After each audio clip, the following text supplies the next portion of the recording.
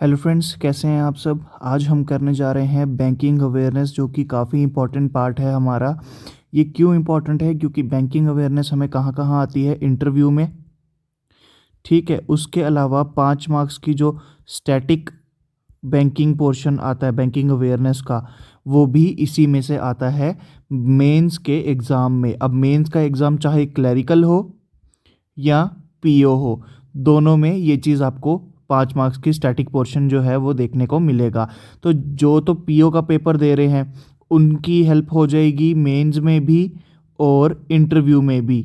और जो क्लर्क का दे रहे हैं वो सिर्फ इन वीडियोस को देख लें, और चीज़ें जैसे कि एक्ट्स, उनके ईयर्स या फिर रिकमेंड करने वाली कमेटीज़, ऐसी चीज़ों पर ज़्यादा ध्यान ना दें। हाँ, जो पीओ हैं वो एक एक स्लाइड को अच्छे से देखें और समझें। तो बिना किसी देर के हमारा पार्ट 1 शुरू करते हैं, जहां पर हम पढ़ेंगे इंट्रोडक्शन और बैंकिंग की हिस्ट्री, साथ ही साथ reserve bank of India.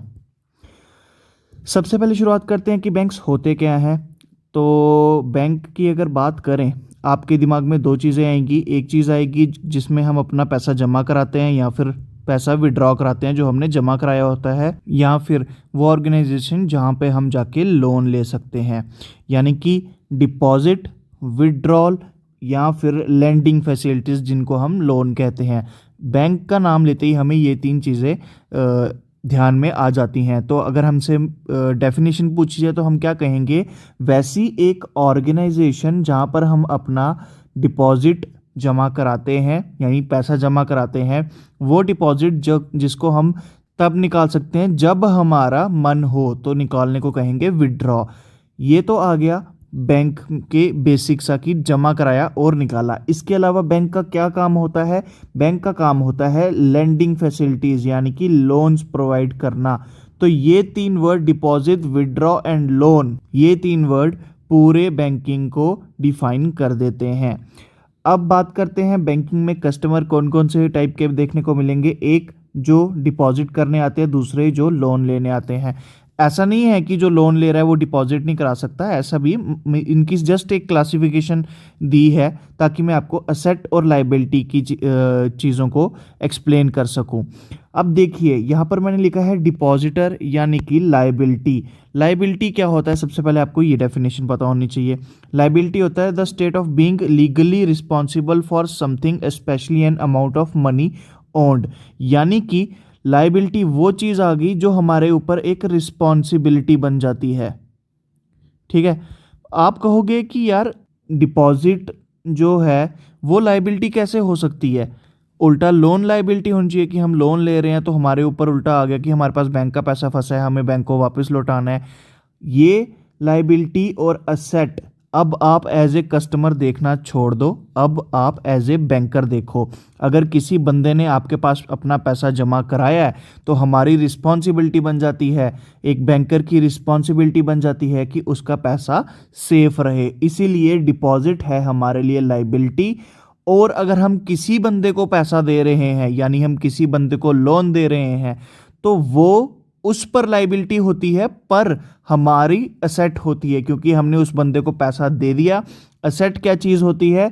Something of value that a person या फिर कंपनी जो ओन करती है, यानी कि जो हमें पैसा कमा के दे, उस चीज को हम असेट कहते हैं। अगर एक लेमन लैंग्वेज में कहूं तो जो हम प्रॉपर्टी बनाते हैं, यानी कि जैसे हमने ज़मीन ले ली जिसका रेट दिन बर दिन बढ़ता जा रहा है, या फिर हमने एक फ्लैट लेके उसको रेंट पे डाल दिया जिसका हमें किराया आ रहा है, ये सब चीज़ें होती हैं हमारे लिए असेट। वैसे ही बैंक को क्या चीज़ पैसा अर्न करके देती है? बैंक को पैसा कमा के देती है लोन। तो लोन जो हमने दिया होता है उस पर जो इंटरेस्ट आता है वही होती है बैंक की अर्निंग, तो वो होगा बैंक का असेट। आई होप आपको असेट और लाइबिलिटी दोनों चीज़ें क्लियर हो चुकी हो। लाइबिलिटी वो जिसकी हमें रिस्पॉन्सिबिलिटी लेनी पड़ती है, और असेट वो जो हम किसी और को देते हैं और वो हमें इन रिटर्न पैसा कमा के देती है। अब आ गई टाइप्स ऑफ लाइबिलिटीज। लाइबिलिटीज को हम क्या कहेंगे? डिपॉजिट। ठीक है, क्योंकि कस्टमर हमारे पास डिपॉजिट छोड़ता है। यहां पर आगे डिमांड डिपॉजिट और टाइम डिपॉजिट। रटने के बजाय इसे समझने की कोशिश करना। डिमांड डिपॉजिट, डिमांड वर्ड से ही पता चल रहा है कि जब हमारा मन किया हमने तब वो पैसा निकाल लिया कि भाई मेरी डिमांड है, मुझे अभी चाहिए पैसा, तो मुझे अभी के अभी चाहिए। ठीक है, तो डिमांड डिपॉजिट क्या होंगे? करंट अकाउंट या फिर सेविंग अकाउंट में जो हम पैसा जमा कराते हैं। जब आप अपने सेविंग वाले खाते में, फॉर एग्जांपल आपने 1 लाख रुपया जमा कराया, आप जाते हो मेरे को कहते हो उस 1 लाख में से मुझे 10,000 रुपया चाहिए, तो बैंक आपको ऑन द स्पॉट निकाल के देता है ना। हाँ, बस शर्त ये होनी चाहिए कि आप बैंकिंग आवर्स में जाओ। ठीक, तो आपको वो 10,000 उसी टाइम निकाल के बैंक दे देता है। क्यों? क्योंकि वो पैसा पड़ा हुआ था आपके सेविंग अकाउंट में या फिर आपके करंट अकाउंट में, और आपने उसी वक्त डिमांड की कि मुझे पैसा चाहिए, बैंक ने आपको पैसा दे दिया। ये हो गया डिमांड डिपॉजिट। क्या, कहाँ पे रखते हैं हम अपना डिमांड डिपॉजिट? सेविंग अकाउंट या फिर करंट अकाउंट में। नेक्स्ट चीज आ गई टाइम डिपॉजिट। टाइम वर्ड से ही हमें पता चल रहा है कि भाई कुछ टाइम के लिए हम उसको बैंक में जमा कर देंगे और उस टाइम तक हम उसको नहीं निकाल सकते। तो टाइम डिपॉजिट में आ गया फिक्स्ड डिपॉजिट या फिर रेकरिंग डिपॉजिट। ठीक, तो कुछ टाइम के लिए जो हम अमाउंट जमा कर देंगे, फॉर एग्जांपल हमने 1 लाख रुपया जमा कर दिया बैंक में। अब मैंने आज जमा किया और मैंने इसको एज ए एफडी बना दिया 1 साल के लिए। अब मैं कल जाके कहूँ कि मुझे 10,000 रुपये दो, तो बैंक देगा आपको? बिल्कुल, बैंक क्या करेगा, आपकी एफडी तोड़ देगा। तो यानी कि अब ये आपकी एफडी नहीं रही, ये पैसा चला जाएगा आपके सेविंग अकाउंट में। सेविंग अकाउंट क्या होता है? सेविंग अकाउंट होता है डिमांड डिपॉजिट। देखिए, पैसा आपका है, बैंक आपके पैसे के लिए मना नहीं करेगा, पर बैंक क्या है, एफडी को तोड़ के उसे सेविंग अकाउंट में भेज देगा, क्योंकि सेविंग अकाउंट जो है वो डिमांड डिपॉजिट है। अब अगर उन्होंने एफडी तोड़ दी तो आपको एफडी का इंटरेस्ट नहीं मिलेगा। एफडी का इंटरेस्ट ऑब्वियसली ज़्यादा होगा सेविंग वाले इंटरेस्ट में से। तो अगर आपको टाइम डिपॉजिट में रखना था तो आपको अपनी एफडी को सिक्योर करके रखना था, इसे तुड़वाना नहीं था। पर आपने डिमांड कर दी कि मुझे अभी के अभी चाहिए, तो उन्होंने आपका टाइम डिपॉजिट तोड़ दिया और उसको डिमांड डिपॉजिट में भेज दिया ताकि आपकी डिमांड को फुलफिल कर सकें। ठीक है, ऐसा नहीं है कि आपने कहा बैंक को कि मुझे पैसा चाहिए, बैंक ने कहा नहीं भाई तुमने तो 1 साल के लिए जमा कराया था, अब 1 साल के बाद ही आना। ऐसा नहीं होता। ठीक है, अगर कोई बैंकर आपको ऐसा कह रहा है तो वो गलत कह रहा है, आपको मिसगाइड कर रहा है। ठीक, जब आप अपना पैसा मांगोगे आपको अपना पैसा मिलेगा। बस एफडी में इंटरेस्ट रेट ज़्यादा है, सेविंग अकाउंट में इंटरेस्ट रेट एफडी के मुकाबले काफ़ी कम है। तो एफडी में लोग पैसा रखते हैं क्योंकि उनको ज़्यादा इंटरेस्ट मिलता है। पर एफडी में रखने का क्या सीन होता है कि आपको फिर टाइम के लिए रखना पड़ता है। अगर आपको ऑन द स्पॉट पैसा चाहिए तो आपकी एफडी टूट जाती है, आपको एफडी का कुछ इंटरेस्ट नहीं मिलता। तो यहीं पे मैंने लिखा हुआ है। अब मैंने आपको करंट अकाउंट और सेविंग अकाउंट की बात की थी जो कि थे हमारे डिमांड डिपॉजिट। अब हम डिमांड डिपॉजिट में देखते हैं कि करंट और सेविंग में भी क्या डिफरेंस है। सेविंग तो आपको पता होगा इंटरेस्ट मिलता है, कितना है अभी शायद 3 पॉइंट समथिंग चल रहा है कोरोना की वजह से, तो सेविंग में आपको इतना इंटरेस्ट मिल जाएगा। करंट में आपको 0% का इंटरेस्ट मिलेगा। ऐसा क्यों होता है ये भी मैं आपको एक्सप्लेन कर दूंगा। पहले देखते हैं कि और डिफरेंस क्या है। सेविंग में कुछ विड्रॉल लिमिट होती है, जैसे एक दिन का 40,000 ही आप निकाल सकते हो। जस्ट आप एग्जाम्पल ले लो कि एक दिन का आप 40,000 ही निकाल सकते हो। ये अलग अलग बैंक्स की अलग अलग लिमिट्स होती हैं। ठीक है, और करंट में कोई लिमिट नहीं होती है, जितना चाहे आप 1 लाख, 10 लाख, 20 लाख, 30 लाख, जितना आपके खाते में पड़ा है सबका सब भी निकाल सकते हो। इसी वजह से कि करंट में जितना भी पैसा है आप सबका सब निकाल सकते हो, बैंक आपको इंटरेस्ट प्रोवाइड नहीं करता, क्योंकि आप जितना पैसा है उतना निकाल सकते हो। सेविंग अकाउंट में बैंक थोड़ी रिस्ट्रिक्शन लगाता है कि इतना ही अमाउंट निकाल सकते हो, इससे ज़्यादा नहीं निकाल सकते, और बाकी बचे अमाउंट में वो आपको इंटरेस्ट प्रोवाइड करता है। ये डिफरेंस है सेविंग अकाउंट और करंट अकाउंट में। अब बात करें टाइम डिपॉजिट की, तो उसमें आ गया रेकरिंग डिपॉजिट और फिक्स डिपॉजिट। फिक्स डिपॉजिट में क्या होता है कि होल अमाउंट, सारा का सारा पैसा एक ही साथ आप जमा करा देते हो। फॉर एग्जाम्पल आपने 1 लाख रुपया 1 साल के लिए बैंक में जमा करा दिया, तो सारा का सारा 1 लाख आपको एक ही टाइम पर देना पड़ता है। ठीक है, मिनिमम टाइम है 7 दिन का, मैक्सिमम टाइम होता है 10 साल तक की आप एफडी बना सकते हो। वहीं रेकरिंग डिपॉजिट में क्या होता है कि आप 1 लाख रुपया एक साथ नहीं जमा कराते। आप कह देते हो कि भाई मैं 10,000 पर मंथ दूंगा। ठीक है, 10 मंथ्स के लिए, तो भाई मेरा 1 लाख बन जाएगा।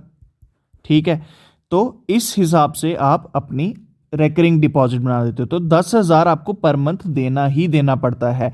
मिनिमम टाइम याद रख लीजिए, फिक्स्ड एफडी का था 7 डेज और आरडी का है 6 मंथ्स, और मैक्सिमम टाइम तो दोनों का सेम है 10 ईयर्स। ठीक, नेक्स्ट एक टर्म आती है ओवरड्राफ्ट। ओवरड्राफ्ट क्या होता है?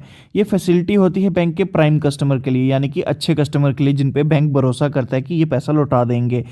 ये प्राइम कस्टमर के लिए एक फैसिलिटीज होती है जिसमें बैंक जो है थोड़ा एक एज दे देता है कस्टमर को कि वो ओवरड्रॉ कर सके। इसका मतलब क्या हुआ कि वो ज़्यादा मनी निकाल सके, किससे ज़्यादा? जितनी उसने डिपॉजिट की है। फॉर एग्जांपल, आप बैंक के एक अच्छे कस्टमर हो, बैंक को आप पे भरोसा है, काफ़ी देर से आपकी बैंक के साथ डीलिंग चल रही है, आपने लोन भी लिए हैं और वक्त पे ख़त्म भी किए हैं, तो बैंक को आप पे काफ़ी भरोसा है, बैंक को आप बिजनेस ला के दे रहे हो।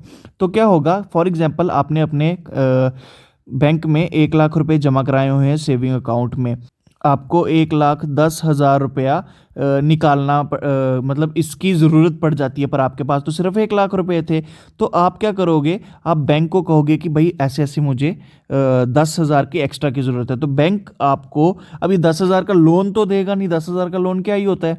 बैंक क्या करेगा? आपको एक ओवरड्राफ्ट इशू कर देगा जिसमें वो 10,000 आपको एक्स्ट्रा दे देगा। क्यों? क्योंकि आप उसके रिलायबल कस्टमर हो। ऐसा नहीं है कि 10,000 रुपये अब आपके ही हो गए, आपको लौटाने पड़ते हैं बैंक को। ठीक, आ जाते हैं हमारी हिस्ट्री ऑफ बैंकिंग में। ठीक, जैसे ये कमेटी लिखी हुई है, एक्ट लिखे हुए हैं, एक्ट के ईयर्स लिखे हुए हैं, ये सब उन बच्चों को याद करने की ज़रूरत नहीं है जो क्लरिकल का मेंस दे रहे हैं। जो पीओ का मेंस दे रहे हैं उनको भी वैसे फ़िलहाल के लिए याद करने की ज़रूरत नहीं है, पर इंटरव्यू पर्पज़ के लिए ठीक है आपको ये चीज़ याद करना काफ़ी इंपॉर्टेंट है। शुरू करते हैं। बैंकिंग की हिस्ट्री क्या है? ईस्ट इंडिया कंपनी से शुरू हुई क्योंकि उसने 3 बैंक्स की शुरुआत की 1800 में। इतना इंपॉर्टेंट नहीं है। 3 बैंक कौन से हैं वो इंपॉर्टेंट है। Bengal presidency bank, Bombay presidency bank and Madras presidency bank, यानी कि BBM। Bengal presidency bank, Bombay presidency bank, Madras presidency bank. 3 banks East India Company ने शुरू किए 1800s में। 1800s ना भी याद करो तो भी चलेगा। ये 3 बैंक जब मर्ज हुए, कब मर्ज हुए? 1921 में। इंटरव्यू वालों के लिए डेट काफ़ी इंपॉर्टेंट है, ईयर काफ़ी इंपॉर्टेंट है। 1921 में ये तीनों मर्ज हुए और क्या बना? Imperial bank of India. अब एक लाइन आ रही है जो मेंस वालों के लिए भी इंपॉर्टेंट है और इंटरव्यू वालों के लिए भी। Imperial bank of India nationalise हुआ कब? नेशनलाइज हुआ 1955। इंटरव्यू वालों के लिए, मेंस वालों के लिए नहीं है ईयर्स। ठीक है, 1955 इंटरव्यू वालों को याद रखना है। Imperial bank of India nationalise हुआ 1955 में और उसको रीनेम किया गया। रीनेम करने के बाद उसका नाम क्या बना? State bank of India. ये है मेंस और इंटरव्यू दोनों के लिए इंपॉर्टेंट कि इंपीरियल बैंक ऑफ इंडिया का नाम क्या रखा गया, या फिर स्टेट बैंक ऑफ इंडिया को नेशनलाइज होने से पहले क्या कहते थे, या फिर स्टेट बैंक ऑफ इंडिया किस एक्ट के अंडर नेशनलाइज हुआ है? तो SBI एक्ट 1955। इसी 1955 में आपको ईयर भी याद हो जाएगा। कमेटी इंपॉर्टेंट नहीं है। ठीक, कमेटी बिल्कुल इंपॉर्टेंट नहीं है, पर जो चीज़ें मैंने बताई वो तीनों चीज़ें इंपॉर्टेंट है। नेक्स्ट चीज़ पर आ जाते हैं। रिजर्व बैंक ऑफ इंडिया कब एस्टेब्लिश हुआ? 1935। देखिए, इस्टेब्लिश होने में और नेशनलाइज होने में फ़र्क है। इस्टेब्लिश हुआ 1935 में under RBI act 1934। Hilton young committee बहुत इंपॉर्टेंट है इंटरव्यूअर्स के लिए। ठीक है, बहुत इंपॉर्टेंट है। Hilton young committee, RBI act 1934 भी इंपॉर्टेंट है इंटरव्यूअर्स के लिए। नेशनलाइज कब हुआ? 1945 में नेशनलाइज हुआ। तो ये सब पॉइंट्स काफ़ी इंपॉर्टेंट है इंटरव्यूज के लिए। नेक्स्ट आ जाता है, फर्स्ट बैंक इंडिया का कौन सा था? Bank of Hindustan. Oldest joint commercial bank कौन सा है? इलाहाबाद बैंक है। 1865 इज नॉट इम्पॉर्टेंट, पर ओल्डेस्ट जॉइंट कमर्शियल बैंक है इलाहाबाद बैंक। इलाहाबाद बैंक अब मर्ज हो चुका है, किस में मर्ज हुआ है? इंडियन बैंक में, तो ये भी इंपॉर्टेंट है इंटरव्यूअर्स के लिए। बार बार ये कह रहा हूँ, जो इंटरव्यू देने वाले हैं उनके लिए इलाहाबाद बैंक से नेक्स्ट क्वेश्चन यही उठ सकता है कि इलाहाबाद बैंक जो है अब किस में मर्ज हुआ है, बस इससे ज़्यादा क्वेश्चन नहीं आएगा। अब आ जाती है नेशनलाइजेशन। अभी मैं कह रहा हूँ ना, एसबीआई नेशनलाइज हुआ 1955 में, आरबीआई नेशनलाइज हुआ 1949 में। तो क्या है ये नेशनलाइजेशन? नेशनलाइजेशन क्या है कि गवर्नमेंट जो है वो स्टेक ले लेती है एक बैंक में और वो गवर्नमेंट डिपार्टमेंट का कहलाना शुरू हो जाता है। तो बैंक जो है वो गवर्नमेंट डिपार्टमेंट का कहलाना शुरू हो जाता है। तो नेशनलाइजेशन किस एक्ट के अंडर होती है? इंटरव्यूअर्स के लिए काफ़ी इंपॉर्टेंट है। Banking companies acquisition and transfer of undertaking. Undertaking transfer होगी ना, पहले प्राइवेट फर्म के पास थी, अब गवर्नमेंट ने खरीद ली, तो अंडरटेकिंग जो है वो ट्रांसफर होगी। तो banking companies acquisition and transfer of undertaking act 1970, ये पूरा का पूरा विद ईयर इंपॉर्टेंट है इंटरव्यू वालों के लिए। 14 बैंक जो थे वो 1969 में नेशनलाइज हुए थे। 6 बैंक जो हैं वो 1980 से 1990 में नेशनलाइज हुए थे। ये करो नहीं करो इतना इंपॉर्टेंट नहीं है, 14 वाला पॉइंट इंपॉर्टेंट है, दूसरा इंपॉर्टेंट नहीं है। अच्छा, first blueprint of banking sector reform 1991 में दिए गए थे, और किसने दिए थे? नरसिम्हन कमेटी ने। अगेन मैं बोल रहा हूँ, कमेटीज जो हैं वो मेंस वालों के लिए इंपॉर्टेंट नहीं है, सिर्फ इंटरव्यूज वालों के लिए। तो हमारी बैंकिंग की हिस्ट्री होती है ख़त्म। अब हम आ जाते हैं हमारे रिजर्व बैंक ऑफ इंडिया पे, जो कि इंडिया के बैंकिंग सेक्टर का राजा है। तो रिजर्व बैंक ऑफ इंडिया की बात करें, मैं आपको बता चुका हूँ 1935 में ये बना था, और नेशनलाइज कब हुआ था? 1949 में। ये चीज़ मैं आपको ऑलरेडी बता चुका हूँ। अब 1935 में जब ये बना था तब तो ये एक प्राइवेट एंटिटी थी, तो इसका 1935 में, यानी कि इंडिया अभी आज़ाद भी नहीं हुआ 1935 में, तो आरबीआई का ओनर कौन था? यानी कि आरबीआई का जो गवर्नर है वो कौन था? Osborne A Smith. काफ़ी इंपॉर्टेंट है मेंस के लिए भी, इंटरव्यू के लिए भी। नेक्स्ट चीज़ आ गई, फर्स्ट इंडियन गवर्नर कौन था? सीडी देशमुख। काफ़ी इंपॉर्टेंट मेंस के लिए भी, पीओ के लिए भी। अब 1947 में हम आज़ाद हो गए, तो आज़ादी के बाद जो हमारा गवर्नर हुआ आरबीआई का, वो भी इंडियन ही होगा। अब थोड़ी किसी अंग्रेज़ को बैठने देंगे उस कुर्सी पे। तो फर्स्ट इंडियन गवर्नर जो कि इंडिपेंडेंस के बाद था, वो भी कौन थे? वो भी थे सीडी देशमुख। तो सीडी देशमुख काफ़ी इंपॉर्टेंट है, दोनों मेंस के लिए भी, इंटरव्यू के लिए भी। अब बात करते हैं आरबीआई के फंक्शन क्या होते हैं। सबसे बेसिक फंक्शन तो हमें पता है कि करेंसी को वो इशू करता है। आरबीआई का सबसे बेसिक फंक्शन तो यही है। यहाँ पे मैंने लिखा है नोट्स ऑनली, ठीक। उसके अलावा क्या है? आरबीआई जो है वो बैंकर है, बैंक्स के लिए, सेंट्रल और स्टेट गवर्नर के लिए। अब बैंक में अगर आपसे पूछूं, बैंक को 3 वर्ड डिफाइन करते थे: डिपॉजिट, विथड्रॉल और लोन। तो ये तीनों सर्विस आरबीआई प्रोवाइड करता है किसको? बैंक्स को, सेंट्रल और स्टेट गवर्नमेंट को। पब्लिक को नहीं करता, बिल्कुल नहीं करता। ये सिर्फ बैंक्स को, सेंट्रल गवर्नमेंट और स्टेट गवर्नमेंट को डिपॉजिट, विड्रॉल और लोन की फैसिलिटीज प्रोवाइड करता है। तो आरबीआई बैंक हुआ किसके लिए? बैंकर्स के लिए, यानी banker to the banks, central and state government. Next चीज़ आ गई कि मॉनेटरी अथॉरिटी को रेगुलेट करता है और मॉनेटरी पॉलिसी बनाता है। ये पूरा एक चैप्टर होगा मॉनेटरी पॉलिसी पे, आपको समझाने के लिए आपको अच्छे से समझा दूंगा मैं, ठीक है। मॉनेटरी पॉलिसी बस ये याद रखिए कि इन्फ्लेशन को कंट्रोल करने के लिए बनाई जाती है। इन्फ्लेशन क्या होता है? महंगाई। हिंदी में कैसे लिखते हैं? ऐसे लिखते हैं, महंगाई, ठीक है, जैसे भी लिखते हैं। महंगाई को कंट्रोल करने के लिए आरबीआई जो है अपनी मॉनेटरी पॉलिसी बनाता है। नेक्स्ट, सुपरवाइजरी और रेगुलेटरी बॉडी है, ठीक है। बैंक को और फाइनेंशियल इंस्टीट्यूट को, चलो ठीक है, डिपॉजिट तो देता है, विड्रॉ करने की भी, यानी कैश लेने की भी परमिशन देता है अगर बैंक के पास कैश कम है।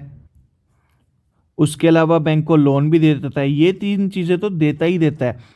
इसके अलावा बैंक्स पर हुक्म भी चलाता है, रेगुलेट भी करता है बैंक को।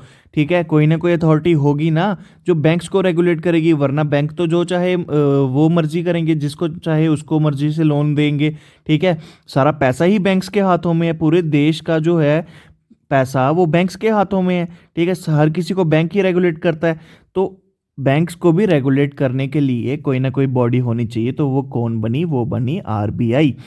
अब ये क्या है, यहाँ पर लिखा है it provides ways and means advances WMA to central and state government. नीचे ही मैंने डेफिनेशन भी दी है कि वेजेस एंड मीन एडवांसेस क्या है।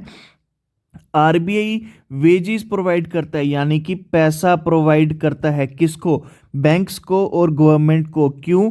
ताकि उनके टेम्पररी मिसमैच जो है कैश के फ्लो में वो अपने टैली कर सकें। ठीक है, यहीं पर एक करंट अफेयर का क्वेश्चन मैं आपको दे देता हूं कि WMA यानी कि वेजेस एंड मीन एडवांसेस का टारगेट क्या रखा है गवर्नमेंट ने इस बार?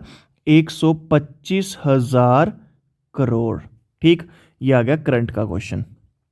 अब आ जाते हैं आरबीआई का बोर्ड। सबसे पहली चीज तो मैं ये बता दूं कि आरबीआई के बोर्ड में 21 मेंबर्स होते हैं। अब हम डिवाइड करना शुरू करेंगे। एक तो आगे हमारे गवर्नर साहब शक्तिकांत दास जी, चार आगे हमारे डिप्टी गवर्नर, मैंने चारों के नाम भी मेंशन किए, एज ऑन जैन 2021, जनवरी 2021 की बात कर रहा हूं।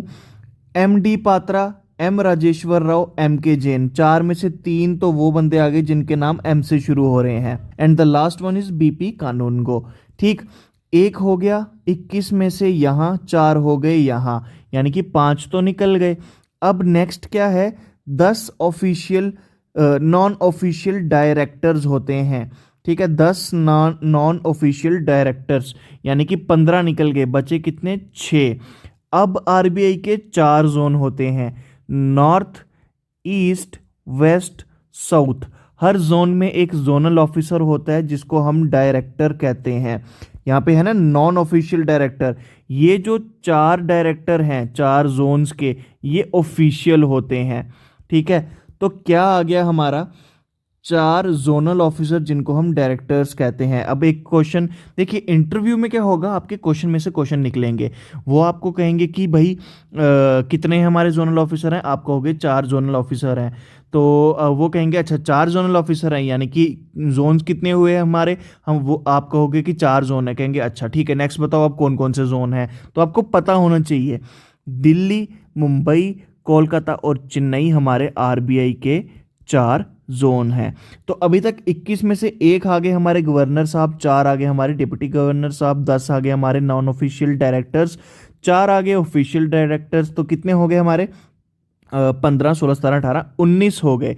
21 में से 19 हो गए, बचे 2। ये 2 कौन होंगे? गवर्नमेंट ऑफिशियल होंगे जिसको गवर्नमेंट ऑफ इंडिया इलेक्ट करती है। तो 21 लोगों का हमारा होता है बोर्ड। अब चलते हैं आगे।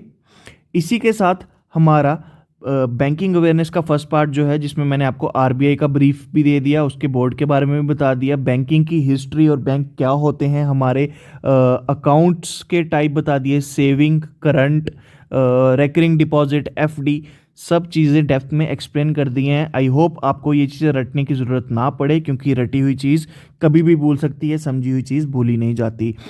Wish you best of the luck. जिनके भी इंटरव्यूज़ हैं और जिनके मेंस हैं उनको भी बेस्ट ऑफ द लक। अपने इसी के साथ अपने पार्ट 1 को भी एंड करते हैं। Thank you so much.